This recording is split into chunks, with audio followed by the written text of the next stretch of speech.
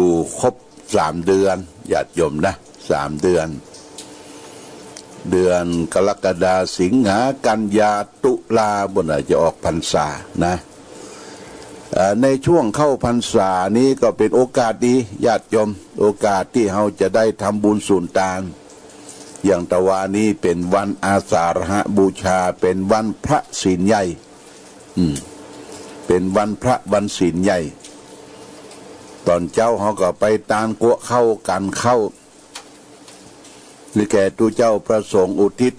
คือแก่ญาติโยโหติกาญาติโยโหติกาผู้ลมหายตายจากไปเทวบุตรเทวดารักษาในวันพระใหญ่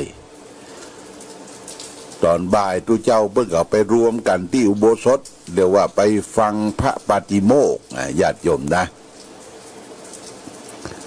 ที่อำเภอฝางนี่เพิ่งรวมกันตำบลเวียงก็มาเข้ากันที่วัดพระบาทอุดมตำบลบ้านปีนปงน้ำร้อนก็ไปเข้าที่วัดรองเจ้าคณะอำเภอแยกกันไปแต่ละตำบลเรียกว่าไปเข้าอุโบสถไปแสดงอาบัติหน้าที่อุโบสถที่โบสถ์ของแต่ละวัด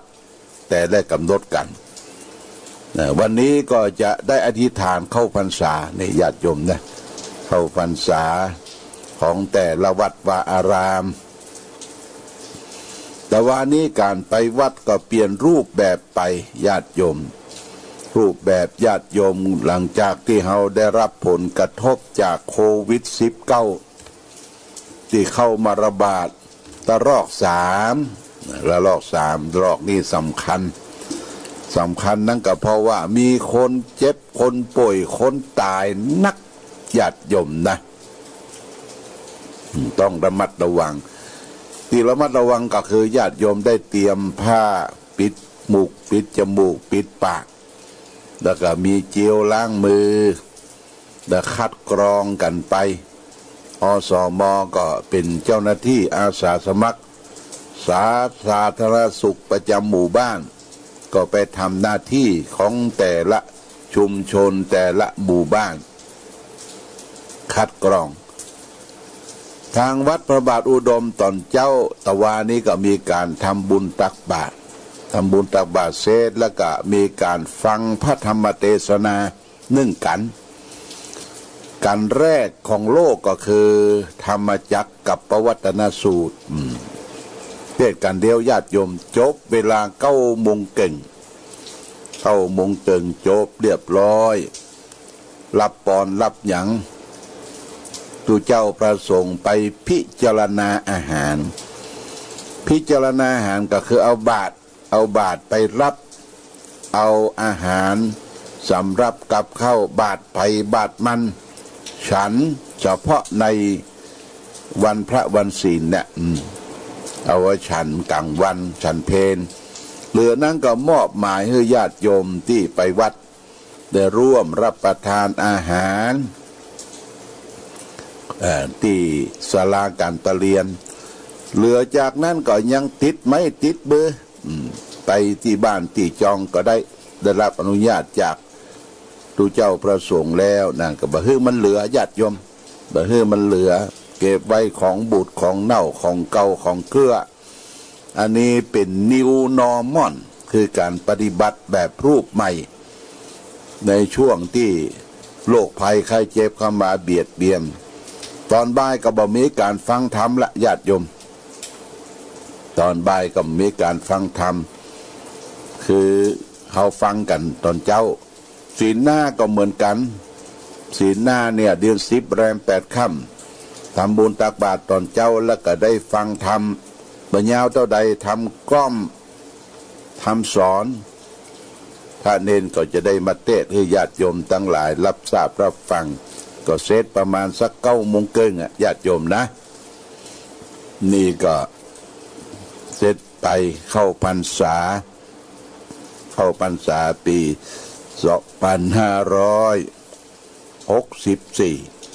ตอนบ่าย4 โมงก็ตูเจ้ามา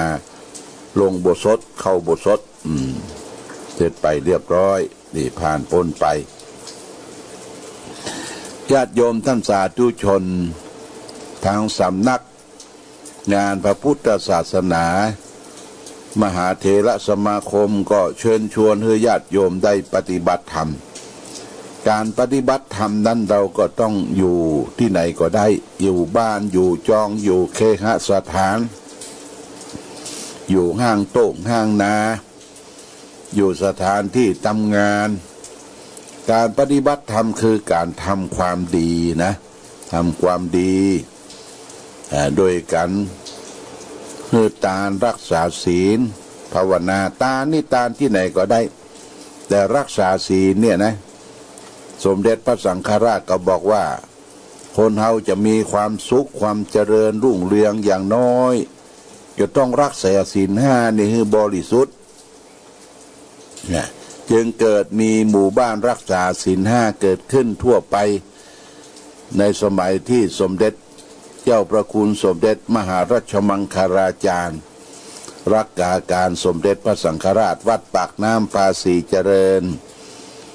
ก็ได้เปิดหมู่บ้านศีลห้ารณรงค์กันทุกบ้านทุกจองเคหสถานอยู่ร่วมกันแบบฉันพี่ฉันน้องต่อให้ทะเลาะวิวาทพิษเถียงกันศีลห้าข้อที่หนึ่งนั้นก็คือปานาติปาตาเวระมณีสิกขาปะทังสมาธิยามิสมทานเว้นจากการฆ่าสัตว์ตัดชีวิตสัตว์ที่มีชีวิตหน่ออินทรีย์สัตว์เล็กสัตว์น้อยสัตว์เลื้อยคลานสัตว์มีปีกตลอดถึงบ่ได้เบียดเบียนมนุษย์นี่เป็นว่าเป็นสัตว์ประเสริฐนะญาติโยมนะมนุษย์คนเฮาเนี่ยประเสริฐกว่าสัตว์ทั้งหลายประเสริฐกว่าหมากว่าแมวกว่าจ้างกว่าสัตว์ทั้งหลายเพราะมีองมีสติปัญญามนุษย์คนเฮานี่สามารถที่จะไปสู่ความสุขสุดยอดคือพระนิพพานได้นะปฏิบัติเข้าถึงนิพพานได้แต่สัตว์เดรัจฉานเนี่ยไปแค่สวรรค์ญาติโยมไปแค่สวรรค์ไปนิพพานบ่มีปัญญาที่จะไปสู่ความสงบเย็นได้แต่มันมีสัญญาเหมือนกันเนี่ยสัญญาคือความจำความจำเป็นบางอย่างอย่างเช่นว่าสุนัขหรือแมวเนี่ยนะที่เฮาเป็นสัตว์เลี้ยงเฮาเนี่ยมันมีความจำสัญญาจำไปว่าพอค่ำมามันจะไปนอนที่ไหนและป้องกันภัยจะใดมันแบ่งหน้าที่กันจะใดเนี่ยมันก็แบ่งกันมันสัญญาณมันรู้อาตมามีสุนัข2 ตัวที่ดูแลหน้าห้องดูแลห้องก็คือไอ้โจ้โจโจ้ครับไอ้หมอกไอ้โจโจ้นี่ก็เป็นสุนัขที่ว่าผสมพันธุ์กับหมาป่ามันจะปีมีสีตาเนี่ยมันดุดันเมื่อคืนเนี่ยไอ้หมอกนี่ก็เป็นพันธุ์สุนัขดังอานผสมได้มาจากปุ้นพระเจ้าหลวงวัดพระธาตุศรีมหาโพธิ์แต่สัตว์2 ตัวที่ดูแลเนี่ยมันมีสัญญาณมันบอกว่ามันก็อู้กันนะญาติโยมมันบอกว่าไอ้โจโจ้นอนนอกห้องเมื่อคืนนะนอนนอกห้องหลวงพ่อดูแลลาดตระเวนสถานที่วัดวาอารามเวลาตุเจ้าพระเนนเปิ้นประมาทรับขนบึกเบิ่งเนี่ยเขาจะไปรับดูแลลาดตระเวนนี่โจโจ้มันจะลาดตระเวนเมื่อคืนบ่ค่อยได้รับและเข้าไปรับคือไอ้หมอกนี่มันจะรับมันจะเข้าไปรับในเวลากลางคืนเวลาเขาบอกเปิดประตูเนี่ยมันก็ไปล้ออยู่ที่ประตูไหลแล้วก็เอามือเข้ากกตกนะก็ไขเข้าไปรับคือมันรับเมื่อคืนไอ้หมอกมันลาดตระเวนแต่เมื่อวันญาติโยมไอ้หมอกอยู่นอกมานะไอ้หมอกมันอยู่นอกมันก็อยู่เป็นเฝ้ายามเฝ้าประตู แล้วก็ไอ้โจโจ้ก็เข้าไปรับตอนบ่ายตอนบ่ายมันรับสนิทแต่มานี่รับสนิทมันบอกว่ามันเพลียมันลาดตระเวนยุงคบยุงกัดมันขอรับสกรรมหลวงพ่อนะเอาก็ปล่อยมันรับบางทีฮ้อนก็เปิดพัดลมเป่าของมันนี่สัตว์เดรัจฉานนะมันหูกุลมันหูเจ้าของที่เฮาเอื้อเฟื้อเผื่อแผ่มันเฮาได้บอกได้กล่าวให้คนดูแลเอาเข้าเอาน้ำเอาหยังเพื่อมันกินมันก็ฮักทำหน้าที่คำว่าหน้าที่ของมันนี่ก็ปฏิบัติหน้าที่มันมีสัญชาตญาณป้องกันรักษาสิ่งต่างๆมันก็แบ่งกันเป็นหมู่เป็นพวกบนนี่หมู่บนสำนักนี่ก็หมู่ทั่วไปก็มีหมู่อยู่ประจำที่ดูแลแล้วก็ลานอนุสาวรีย์นี่มีหมู่ตำบลสาวานี่นะคำว่าหมู่นี่ก็คือหมานะที่วัดลุ่มก็หมู่ตั้งหน้าหมู่ตั้งหลังนี่มันจะอยู่กันเป็นตี้และไอ้ที่มันเป็นหัวหน้าใหญ่ที่สุดนั้นคือไอ้เขียวนี่ยังมีชีวิตอยู่มันเคยมาดูแลหลวงพ่อหลายปีละคราวหนึ่งเมื่อ2 ปีก่อนหลวงพ่อได้ไปประเทศออสเตรเลียได้ไปทำบุญทอดกฐินบ่ได้บอกมันก่อนไอ้เขียวนี่นะปกติมันจะอยู่ใกล้ชิดพ่อก้อยขึ้นหล่องตองเตียวอยู่ใกล้ชิดมันถ้าจะเกียดคิดถึงจะได้หุปิกบานี่มันก็ยังต้อนรับอยู่แล้วก็ขึ้นไปทำวัดเตื้อ2 เตื้อแล้วก็นั้นมันก็ลาไอ้เขียวเนี่ยนะลาไปอยู่บ้างเป็นหัวกกหัวหมูวันนั้นขึ้นมากรรมก่อนเข้าพรรษาเนี่ยปลาหมูปลาจุมมาเฮาก็ทำเฉยเนาะเพราะว่ามันมีสุนัข2 ตัวดูแลอยู่แล้วนะไอ้เขียวเฮาทำเฉยต่อมันก็ว่าหลวงพ่อบ่สนใจมันก็ปิกไปหำละนะปิกไปเป็นหัวหน้าแก๊งไอ้เขียวหัวหน้าแก๊งดูแลทั่วไปที่สนามกีฬาพ่องที่บริเวณลานอนุสาวรีย์พ่องที่อู้เป็นตุเป็นตะนี่อู้ถึงสัตว์เดรัจฉานญาติโยมหมาเนี่ยสุนัขนะมันมีสัญญามีความจำแม่นอันนี้คือเจ้าของอันนี้คือเข้าของวัดของว่าอันนี้เจ้าของที่มันคุ้มครองรักษามันก็ป้องกันอย่างเต็มที่นะบางทีมันก็ไปปัสสาวะเยี่ยวรถยนต์พ่องยางรถยนต์พ่องยางพ่องว่าสัตว์อื่นหมาอื่นมันเข้ามาเนี่ยมันได้ทราบกินเยี่ยวของหมาที่นี่ละสำนักมันก็บกล้าย่ำกลายเข้ามาและหมามันมีสัจธรรมมันมีการสืบพันธุ์กันเดือน12ในญาติโยมเดือนเดียวอันน่ะบ่ใช่เหมือนคนพลายไปเลยหันเปิ้นงามนะอะไรแต่งตัวดีเนาะบ่ใช่อย่างนั้นนะญาติโยมนะสัตว์เดรัจฉานเนี่ยมันมีสัจธรรมของมันบางทีเขาก็การสัตว์เดรัจฉานนะเบิ่นสืบพันธุ์หน้าเดียวนะหน้าเดียวก็สู้กัน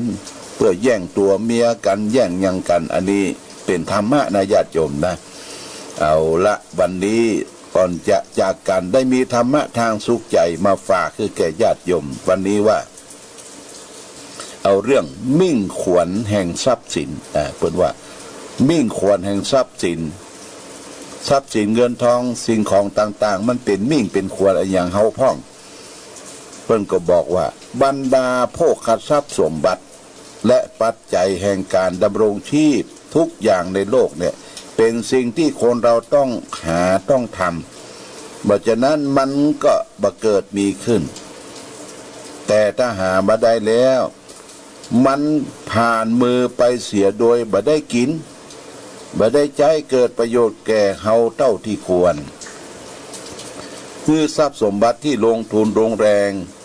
อาบเหงื่อต่างน้ำหามันบ่ได้ความทุกข์ยากลำบากแล้วก็ขาดทุนหาได้มากก็เหมือนบ่ได้น้อยก็คือได้น้อยก็เหมือนบ่ได้เลยตัวเขาเองก็จะต้องกระเสือกกระสนดิ้นรนคนควายแสวงหาอยู่เรื่อยๆไป สีคือมิ่งขวัญสลีเนี่ยคือมิ่งขวัญที่จะเป็นเครื่องประกันความมั่นคงแห่งโภคทรัพย์เสาะแสวงหาสิ่งใดได้แล้ว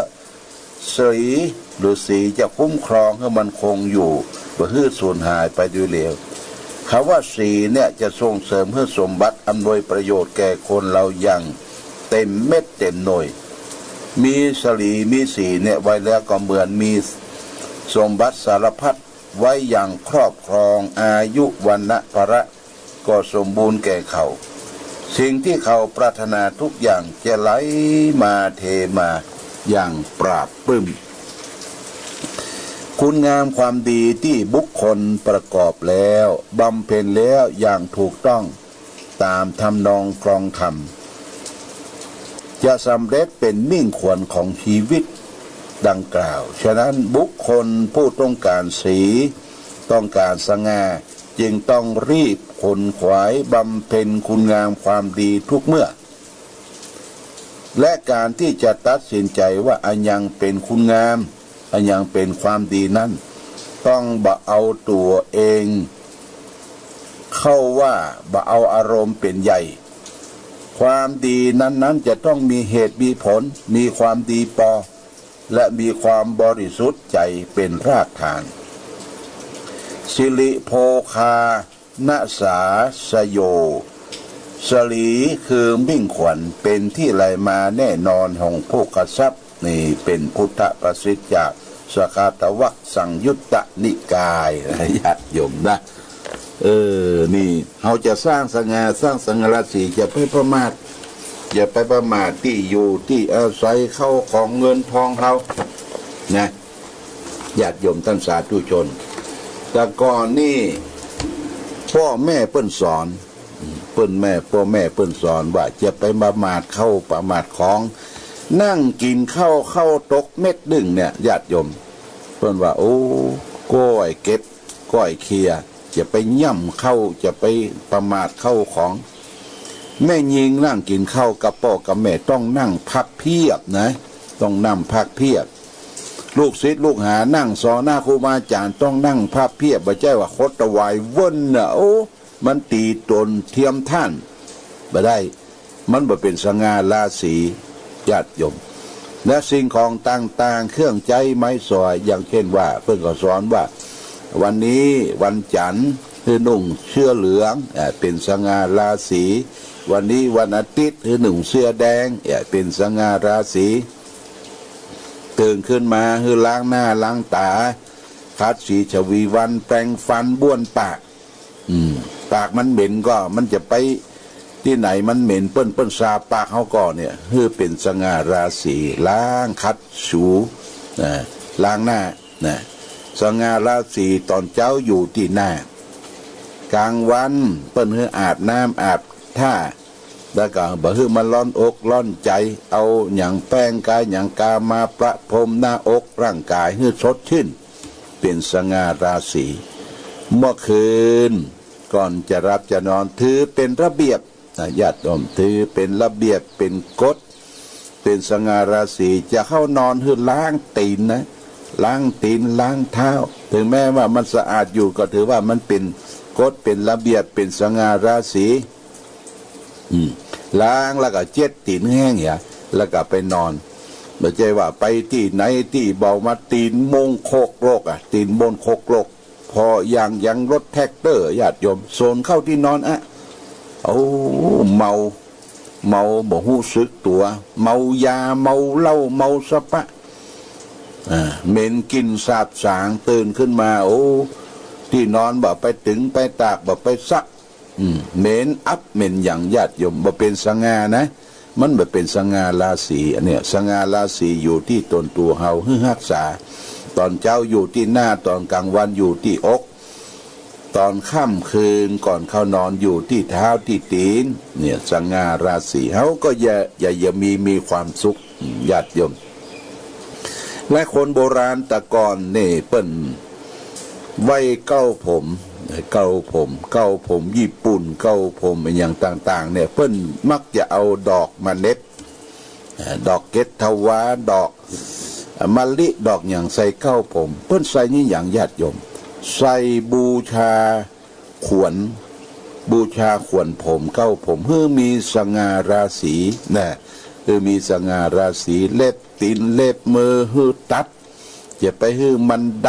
ำจะไปฮือมันมีขี้ไข่จะไปฮือมันสกปรกเนี่ยสง่าราศีเสื้อผ้าอาภรณ์ที่นอนหมอนมุ้งฮือซักฮือตึงฮือตากมันเก่าเป็นอย่างของมันสะอาดเนี่ยมันจะเป็นสง่าราศีแก่ตนตัวแก่ครอบครัวแก่ทรัพย์สิ่งของติใจนี่ฝากไว้เนอะพวกทรัพย์สมบัติทั้งหลายเป็นสง่าราศีของการอยู่การประคองการที่เฮาได้ใจได้ประโยชน์สิ่งเหล่านั้นเฮาก็จะมีความสุขเอาละวันนี้ญาติโยมท่านสาธุชนวันอาทิตย์นี้ก็อยู่กับบ้านเนอะทางสถานีวิทยุเฮาก็จะเปิดซอคือผู้เฒ่าผู้แก่พ่อแม่ศรัทธาซอประวัติครูบาอาจารย์ครูบาธงชาติและเพลงชาติไทย